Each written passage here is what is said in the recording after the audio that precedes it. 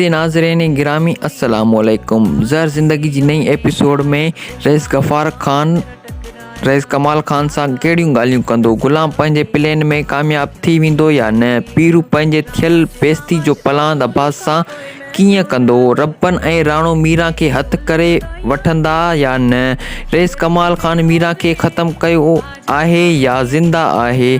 ज़हर ज़िंदगी जी नई एपिसोड में आख़िरकार छा थियण वारो आहे, सभु ॻाल्हियूं तव्हांखे असां हिन ई वीडियो में ॿुधाइण वारा आहियूं। वीडियो शुरू करण खां पहिरियां हिकु नंढड़ी गुज़ारिश आहे त जेकॾहिं तव्हां असांजे हिन चैनल ते नवां आहियो त चैनल खे सब्सक्राइब करे छॾींदा। दोस्तों हलूं था पंहिंजी मेन वीडियो जी तरफ़।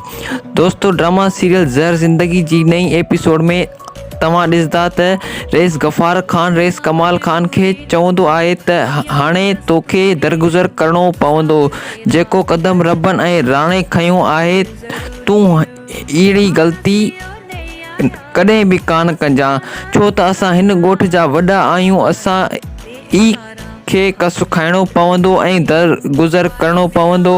ओठे जे चए ते बिलाल ग़ुलाम जे घर वञी वेहंदो। ग़ुलाम रहण कोन ॾींदो, छो त ग़ुलाम घर खे खपाइण जे चकरनि में आहे।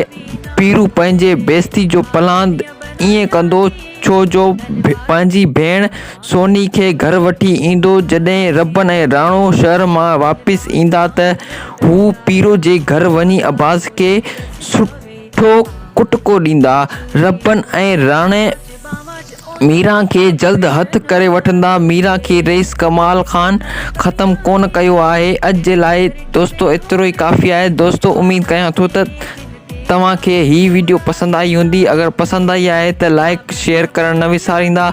जेकॾहिं तव्हां असां हिन चैनल ते नवां आहियो त चैनल खे सब्सक्राइब करे छॾींदा ऐं अहिड़े क़िस्म जा ड्रामा अपडेट्स ॾिसण जे लाइ असांजो भरपूर साथ ॾींदा।